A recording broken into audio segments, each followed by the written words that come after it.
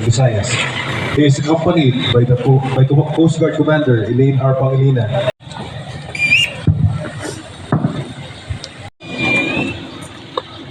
Sir, welcome aboard the vessel.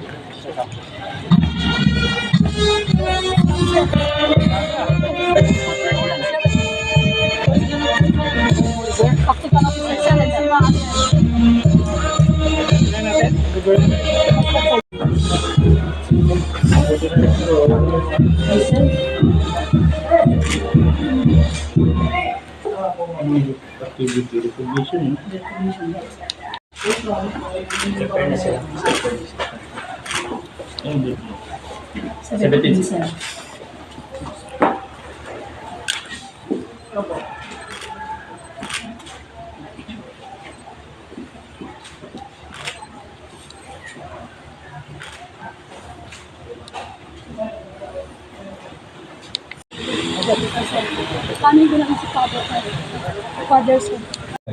Not only to the Philippine Coast Guard, but also to the parents, loved ones. The Philippine Coast Guard, especially the Coast Guard with structure instruction command, constantly exhibits professionalism, commitment, and gallantry as its hallmark of service to the country.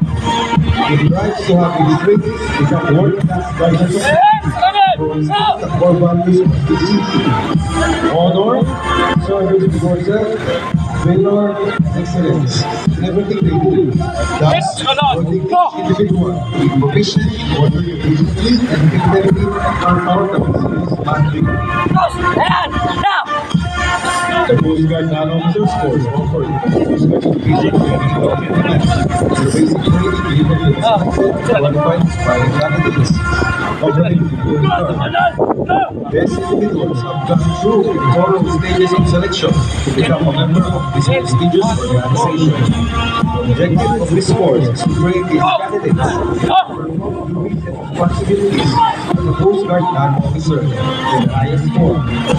In addition, these trainees are indoctrinated in the right values and attitudes for them to be able to face the right challenges that may be brought against them as they go out there to the service.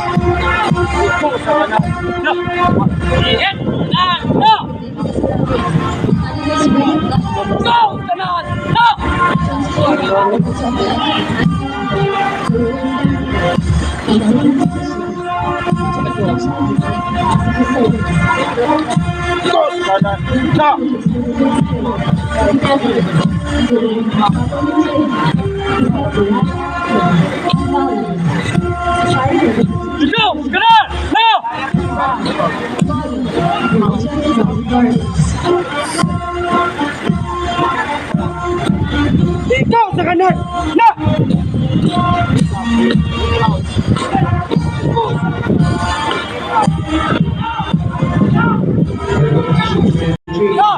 Stage, it releases your feet so stable discipline and core values.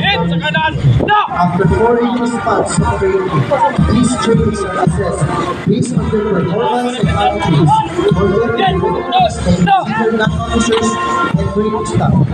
Through this ceremony, their lives will not to an end, and it's evident that transformation has begun and will continue until the last of the organization.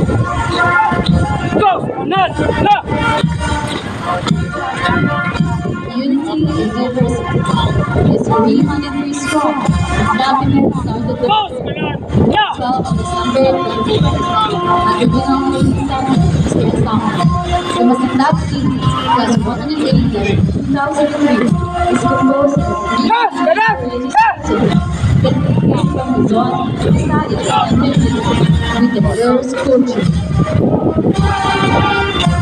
They have completed various batches and are licensed professionals.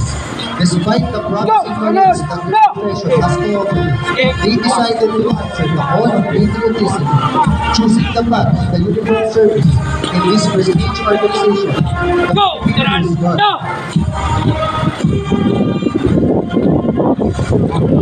Start of their life as a member of the Philippine Coast Guard.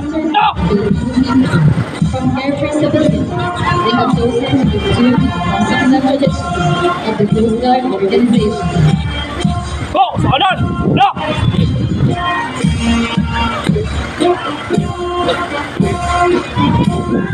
of safeguarding the national coastal waters, protecting the marine environment, maintaining Ladies and gentlemen, in front of you are the 303 members of Coast Guard Non-Officers Corps Class 108-2023. Masinta o silang, mga sinanay na tagapagbantay alang-alang sa bayang sinilang. to formally start our program. May we request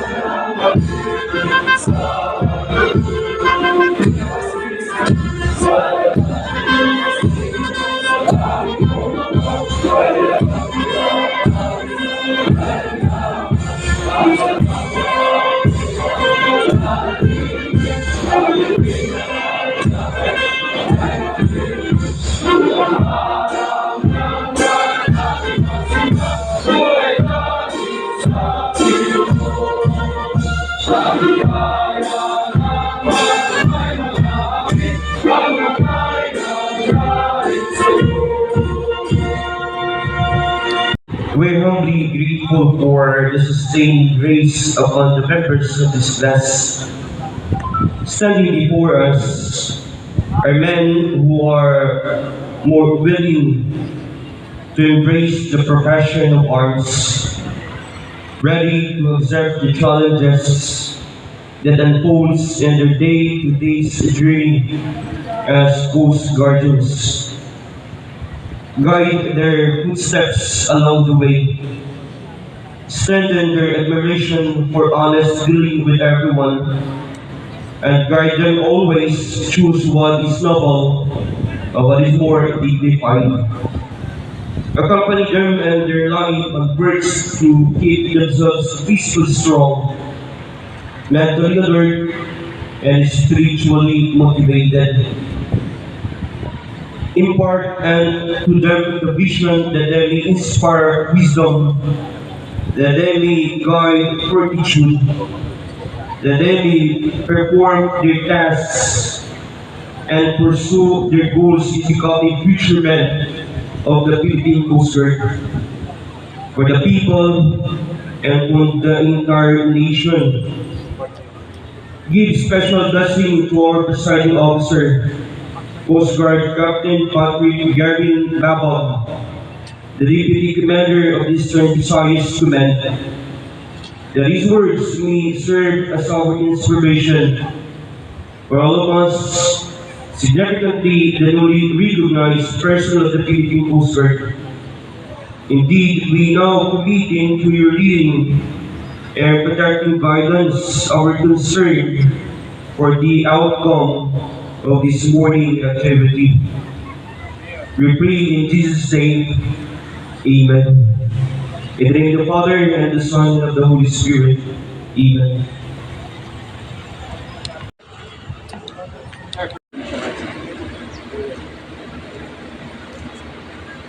The Philippine Coast Guard, to our distinguished guests, to everyone who is gathered here to partake in this momentous event, and to those who are joining with us via live stream, a pleasant morning.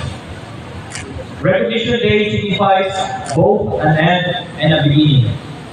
This day marks the end of the challenging period of training and indoctrination for the trainees, designed to test their physical and mental fortitude. These trainees standing before us have valiantly hurdled the physical challenges, pushing their bodies to their limits through relentless training. Sleepless nights became a constant companion, a testament to their unwavering dedication. Doubts and fears have crept in, whispering limitations and powerlessness in the quiet moments. But these young men persevered and emerged stronger and more resilient, ready to take on the next phase of their Coast Guard journey. In contrast, Recognition Day signifies not just an ending, but a new beginning. This day marks the beginning of their new life as trainees, where it is not just the turning of a page, but rather the opening of a new chapter. After hurdling the set challenges, they now stand poised to assume new level of responsibility and accountability. They can confidently embrace this new chapter, drawing on the skills and resilience they have developed over these past 4 months of the training. And with that, today we shall witness the members of Coast Guard Non-Officer Course Class 108-2023 as they reap the fruits of their hard work, perseverance, and faith. Without further ado, I welcome you all to the recognition ceremony of Coast Guard Non-Officer Course Class 108-2023, Masintab Sila. Once again, a pleasant morning to everyone. Charlie Q. Luxus, Commander Coast Guard Training and Education Command, I hereby declare the 300 strong members of the Coast Guard Non-Officers Course Class 108-2023 recognized effective this day.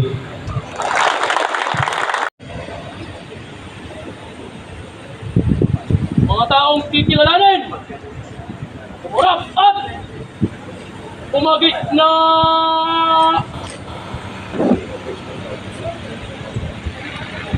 gun! As you may know, the collateral triangle is the dominant shape using the emblem of the Philippine Coast Guard. The collateral triangle in the Philippine national flag signifies fraternity and equality. The triangle as well represents Filipino comradeship.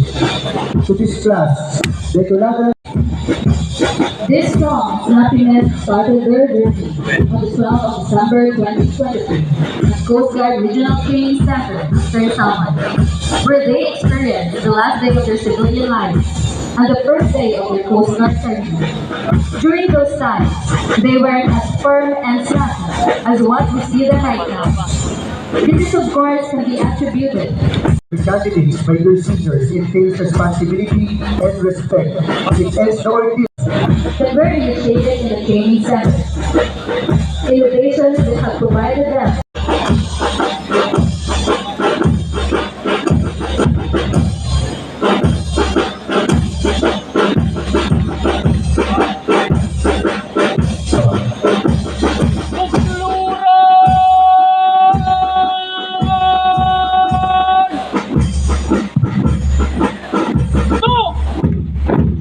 They may now humbly say, too long's no more, non-officers not yet. 8-2023, Masintab, Sila. Sir, Coast Guard Non-Officer Course Class 108-2023, ready for recognition, right, sir?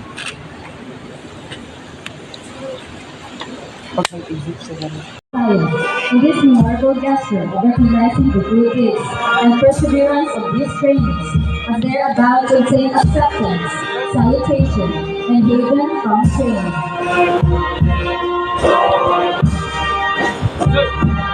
We have now come to the most anticipated part of our program. Ladies and gentlemen, let us witness human rights. May we remind everyone that only PCG personnel in uniform are allowed to approach, greet, and shake hands with the trainees during the recognition rites. Thank you.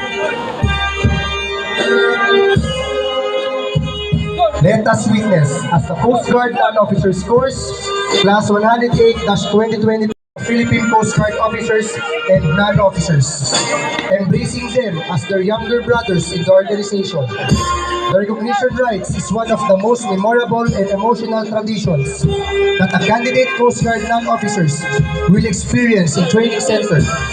4 months ago, in this very same ground, these trainees entered the Philippine Coast Guard Service, not as snappy as they are right now, and possess civilian behaviors. After months of sleepless nights, loneliness, starvation, and indoctrination, this is who they are right now. Tough, determined, and gallant candidate Coast Guard non-officer. Longer placed on the platform, and these are no longer held together.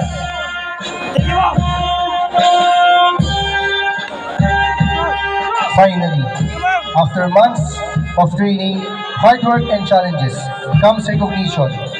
This event means that the class has completed another phase of their training. For leaving their barracks, and above all, no more helmets. From this day onwards, these trainees will enjoy training privileges. It is within the walls of this institution where candidate Coast Guard non-officer And approach of the real essence course of a Coast Guard non-officer. This day marks another milestone in the Coast Guard Regional Training Center, Eastern Samar, as the most diverse Coast Guard non-officers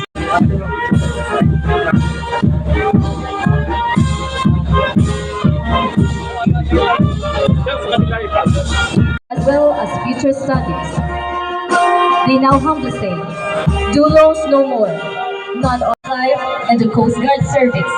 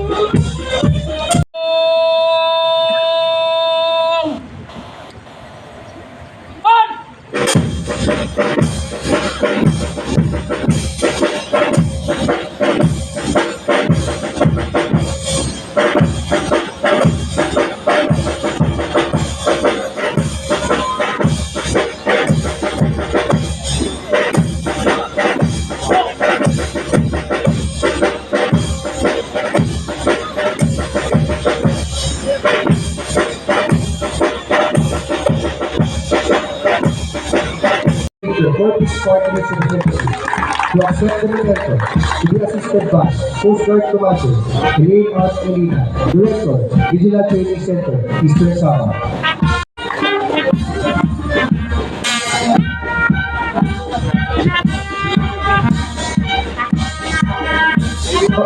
We also request Congressman Sa tingin lang sa'yo?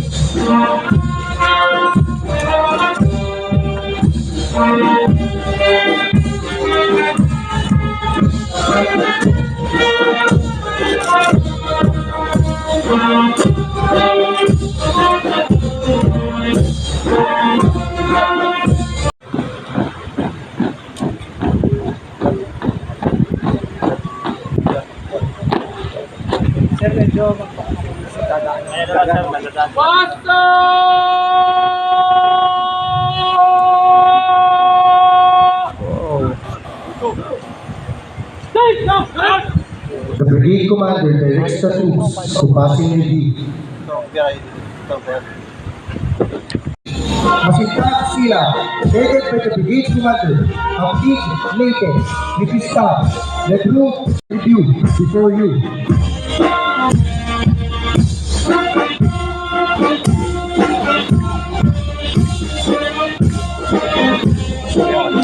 Rosada, Southern Leyte, Hermoso, Leyte, Corpin, Leyte, 1st Battalion Commander, B. Leyte, which is staff, Co. Pilira, Abelia, Sama, Sertino, Sama, Hernale, Leyte, Asinas, Eastern Samar, Alpha Company Commander, Malabis, Eastern Samar, which is staff, Atong Piliran, Vitano, Eastern Samar, Arcon, Leyte, 1st Platoon Leader, Asherto, Leyte, 2nd Platoon Leader, Aigato, Leyte, 3rd Platoon Leader, Basas, Samar, 4th Platoon Leader, Campo, Samar.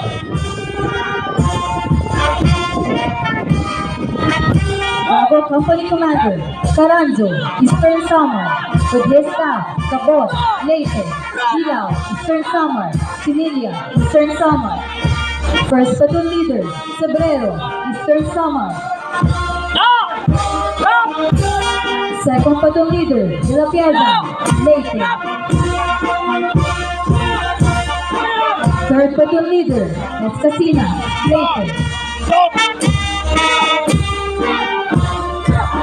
4th Platoon Leader, Ganes, Leyte.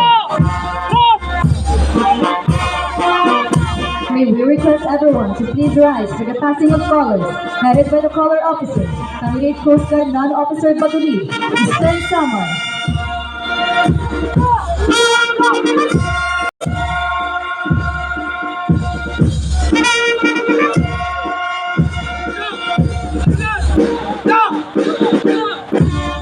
Second Battalion Commander, Jakla, Samar, with his staff Pilino, Eastern Samar, Sumaria, Leyte, Batonog, Leyte, Pajarito, Leyte, Regato, Leyte, Charlie Company Commander, Ulinar, Samar, with his staff Montilla, Leyte, Amorao, Samar, Mabana, Samar, 1st Platoon Leader, Yusuf, Southern Leyte, 2nd Platoon Leader, Maba, Samar, 3rd Platoon Leader, Maestre, Eastern Samar. 4th Platoon Leader, Moratay, Eastern Samar.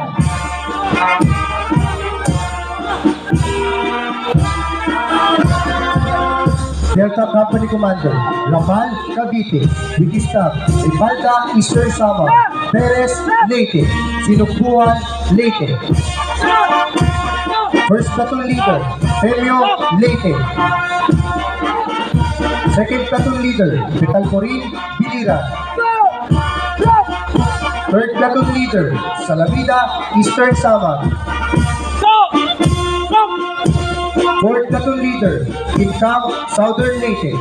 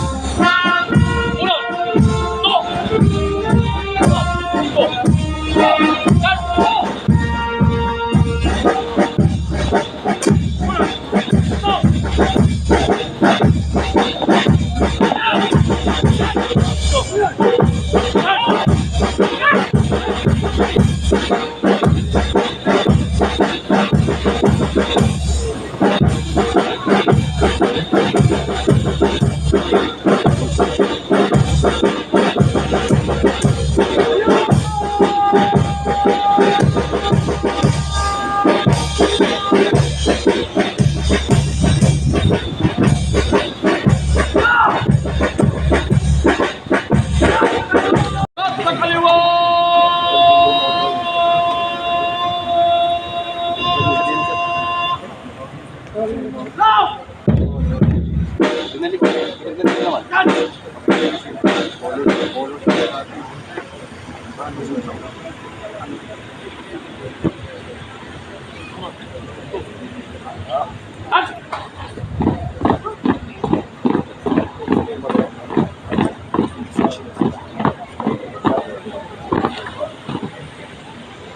Ginoo, ang bukluran.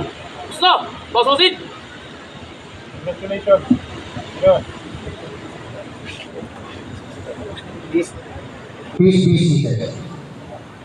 At this point, may we request Municipal Honorable Mayor Rodrigo Onoy Rivera, Congressman Marcelino Limana, Mayor Terredia, Congressman, mga kailangan. Ang ating gobernador, siguro wala hindi, Honorable Orlando Guling Bandone, Municipal Mayor, Atin Sister Samar, Honorable Randy Umida, Municipal Councilor,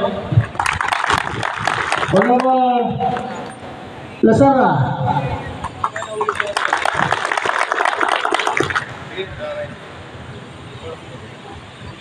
Honorable Sofia Sabira Sakate, Municipal Councilor, Sulan Sinsama. Salamat ma'am, ang pagkali.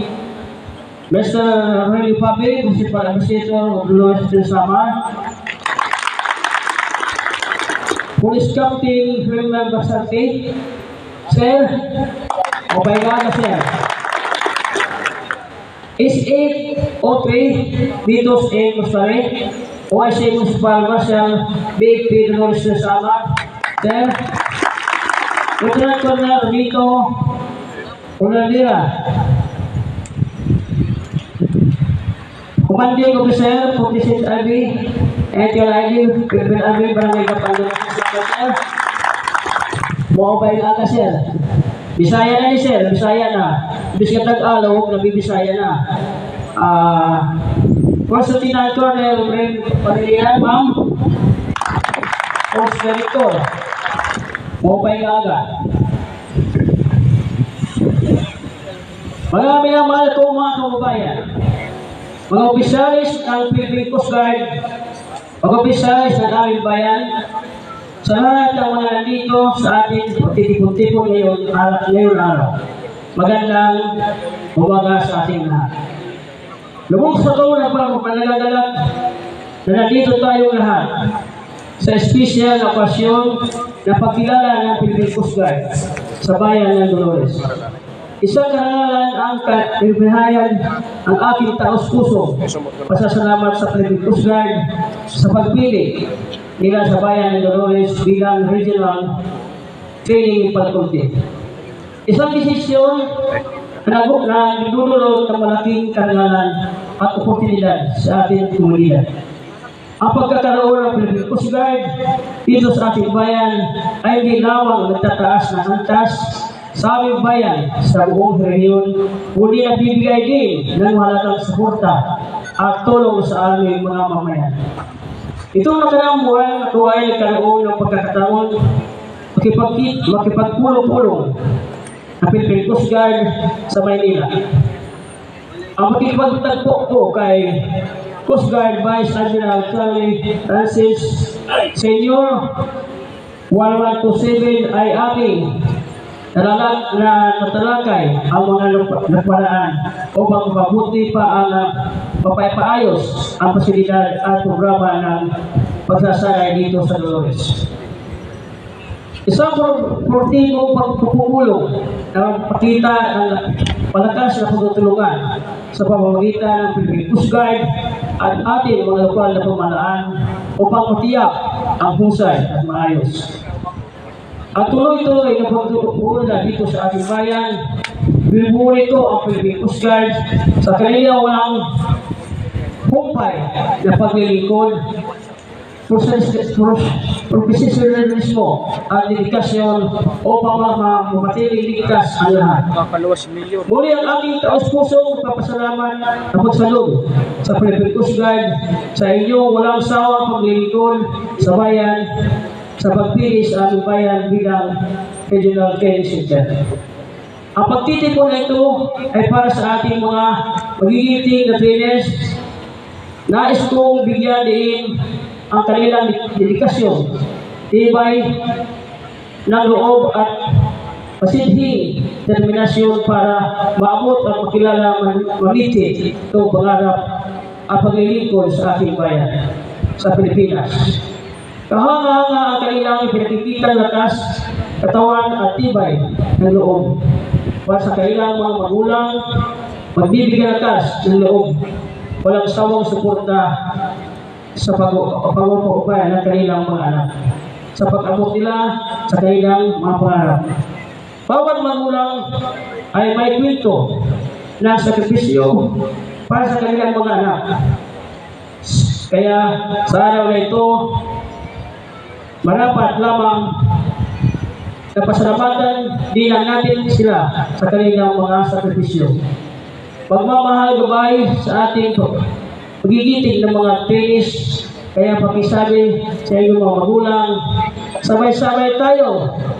Nay, tay, salamat sa inyong suporta at pagmamahal. Kung hindi sa inyo, hindi ko ang marakaran dito. Kaya naman araw na ito, kilala natin ang magigiting ng mga pumunuan ng Philippine Coast Guard. Mga tauhan at trainees narito sa kanilang mga magulang, kanilang mga aplikahin at tagumpay para sa ating bayan na minamahal. Ang Pilipinas, mabuhay ang Pilipinas Coast Guard at mabuhay tayong lahat mula sa magandang araw ng sa inyong lahat. Ang iyong mga kag-anak, hindi nag-train yan, ay yung mga hindi train yan. Kalawin yung mga kag-anak, mga karagdan, mga kasangkayan, naaliyan ang lahat ng mga bisita. Kagapi pa yan ang kadatong ang ating mga bisita, kagulang pangalit. Salit, papasalamatin ninyo yung mga kag-anak. Pasalamat ka po iwat ang iyong mga kag-anak na hindi yan ang tayo mayan kita. Siguro, nagtanong nga sakripisyo niyo. Ang pinakabulan ng iyong pag-sakripisyo din sa Dolores. Malulugas na. Salamat yan, makupay na gabihay. Ang agahay mo na, sir. The recognition ceremony. On behalf of the officers, Officer of BRP San Juan, Commanding Officer of BRP Malabrigo, Acting Commanding Officer of BRP Batangas, Acting Commanding Officer of BRP Suluan, Acting Commanding Officer of BRP Capones, Commanding Officer of BRP Davao del Norte, and Commanding Officer BRP Boracay, and Acting Commanding Officer of BRP Pampanga. His more than 11 years of sea duty tour and subsequently awarded the most coveted Command at Sea badge. In his quest for professional development, he was privileged to study and train at various foreign schools and institutions. He studied terrorism incident first response in British Embassy, Search and Rescue Coordinator course in Shanghai Maritime Training Center, China MRCC, Maritime Security Subject Matter Expert Exchange in United States Defense Institute of International Legal Studies, Maritime Law Enforcement in Yorktown, Virginia, Rule of Law and Disciplined Military Operations, International Search and Rescue Planning, ICS 300, Marine Safety Week Leadership and Management School, Camp Lejeune, North Carolina for the Mission Planning Module course, and on board motor tanker Seri Ayu at Bintulu, Malaysia, Toyong An, Taiwan for the training on cargo shipboard operations and safety standards.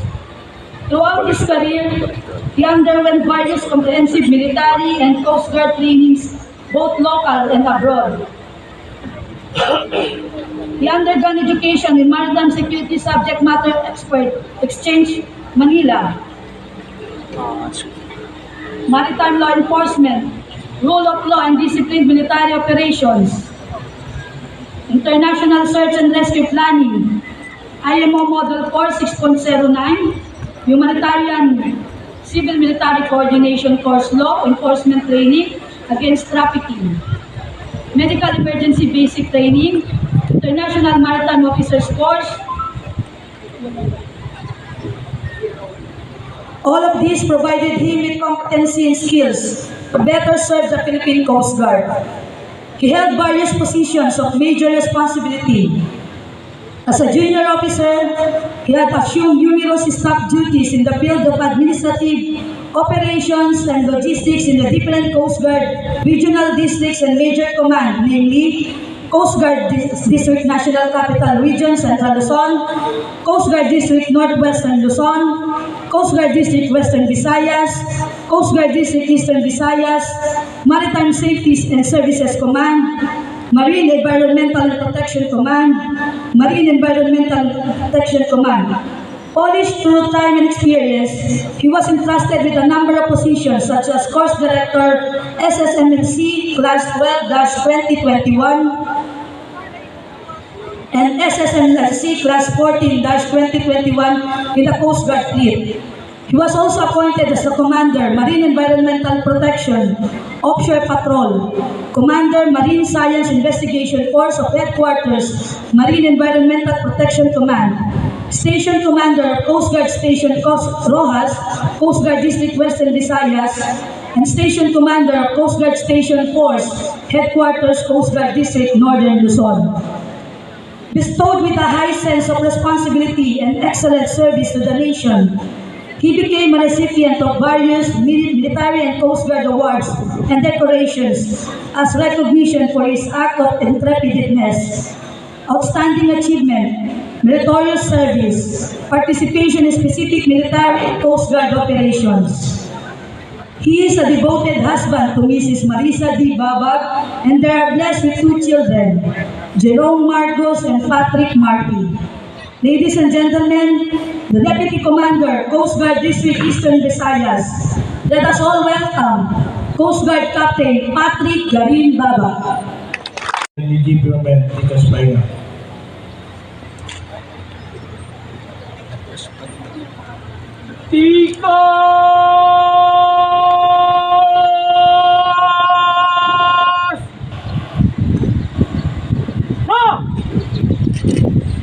Good morning, everyone.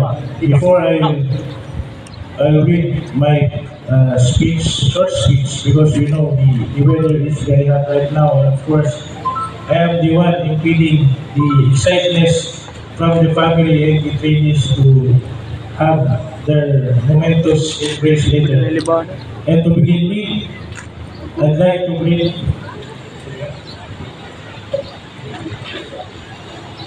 some of the dignitaries who are here right now.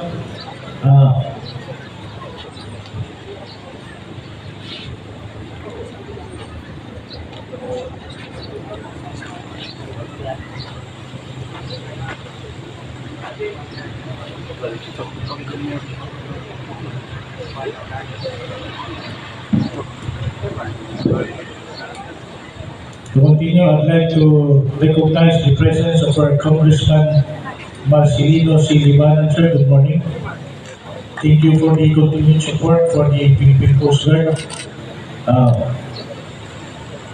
Honorable Rodrigo C. Rivera, the Municipal Mayor of Dolores Eastern Samar, thank you.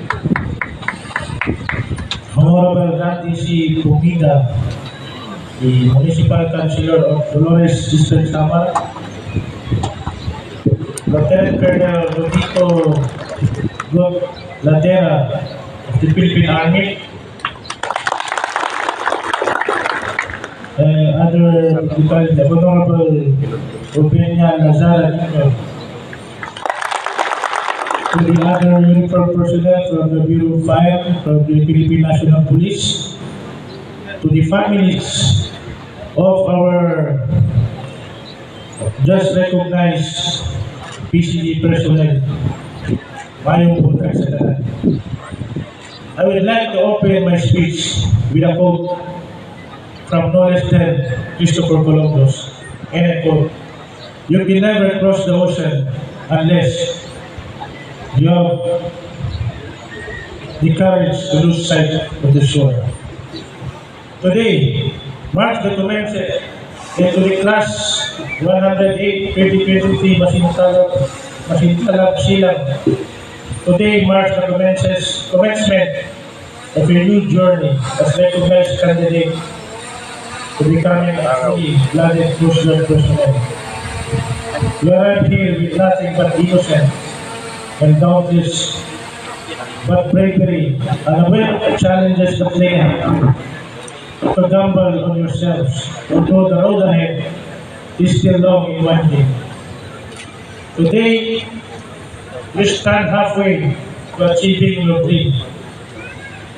To witness each of you standing before me, adorned in uniforms earned through your sweat and tears.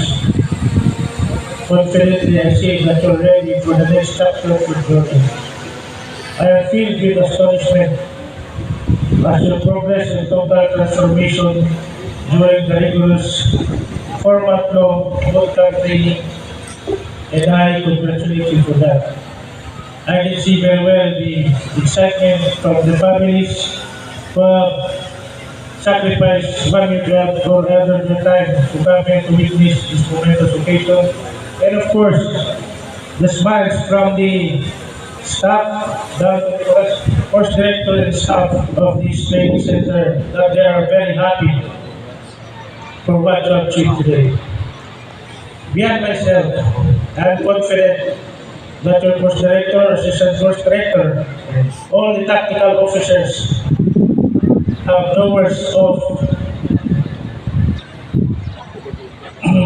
cannot explain their gratefulness as they witness their sons fulfilling their long-awaited dreams transformed into noble individuals. To the 303 strong members, Coast Guard Officers Course Class 108-2023, also known as the Masitalab Silang, embodies the profound commitment through its acronym, mga sinamay na tagapagbantay, alang-alang sa bayan ni Sinilangan, which symbolizes the collective commitment of the class towards serving as vigilant protectors of their homeland. It underscores the readiness to uphold the values of duty, honor, service as they embark on their journey as Coast Guard officers. As you progress to the next chapter of your career, prepare yourself for the upcoming academic phase in the full implementation of the merit and demerit system. This juncture is pivotal, where your dedication and adherence to excellence will shape the path of our esteemed institution. To the class, I challenge you to set your sights higher, to embrace hardships and adversity as a lecturer enters through, knowing that it can be reconstructed and develop you into better individuals, more competent Coast Guardians.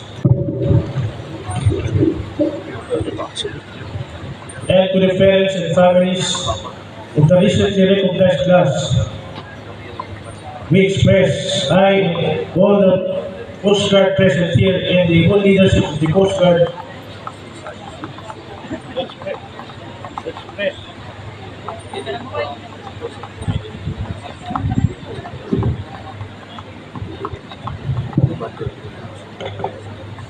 we express our gratitude for standing by your sons as they embark on a path. Thank you for serving as their primary source of inspiration in hurdling the challenges of this rigorous training ground. I can discern the pride in your expressions today, yet I assure you that your sense of pride will intensify when you march proudly on your graduation day. Once again, congratulations to the newly recognized class CDOC KDNOC class 108/2023, Masitalab Silang. I anticipate witnessing your graduation ceremony. Good morning and may God bless us all.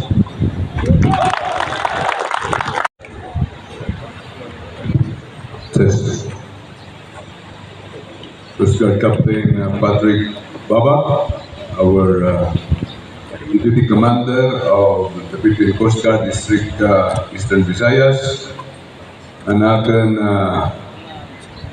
Plano, Coast Guard Lieutenant Senior Grade Rolly Tabo, natin officer in charge, Coast Guard Chaplain Service, Coast Guard District Central Visayas.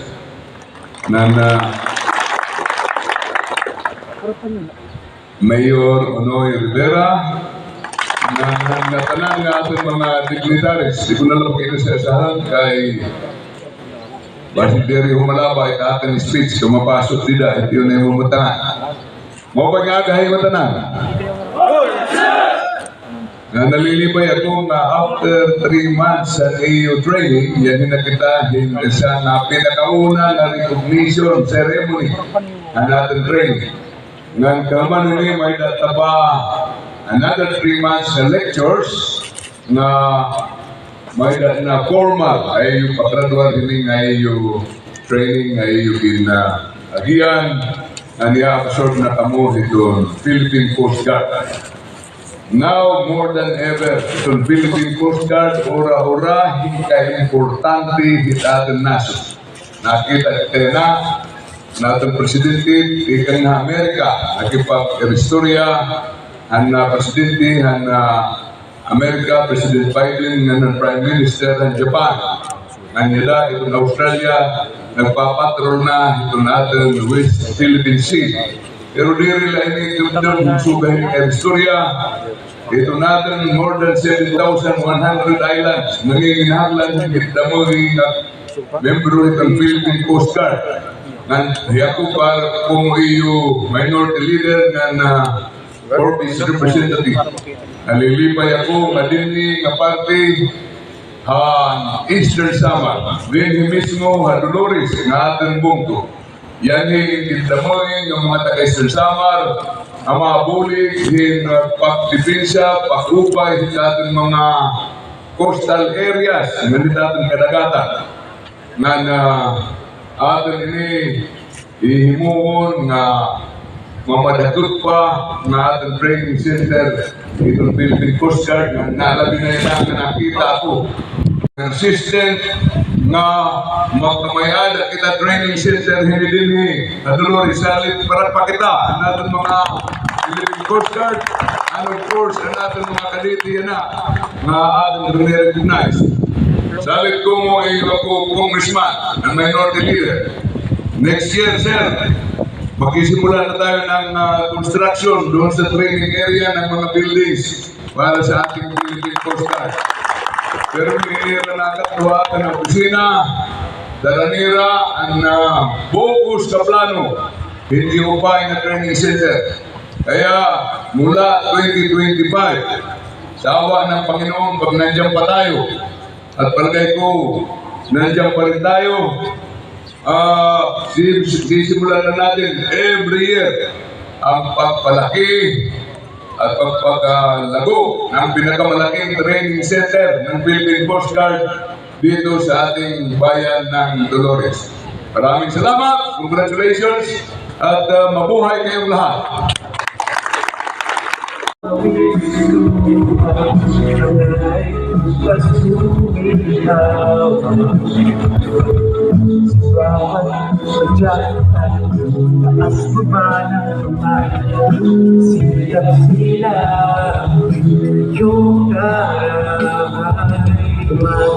Matapos harapin ang hugasan, lakas ng katawan.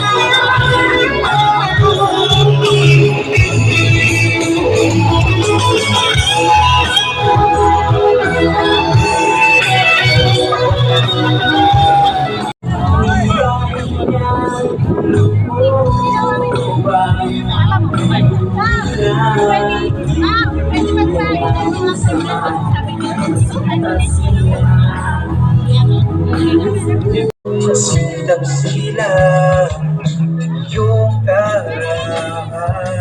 Huwag matakot harapin. Natin tungkol dito sa bagong graduate ng Philippine Coast Guard. First of all,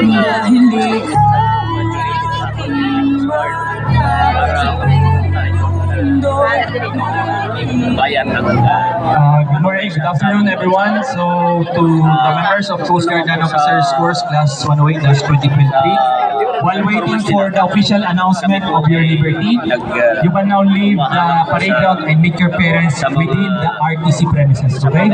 So wala muna tayong aalis while waiting for the official announcement of your liberty. But at this time, you can meet your parents, your loved ones, and eat with them within the RTC premises. Okay, Tadam? Okay, congratulations. performance ng training center ng Flores Reserve.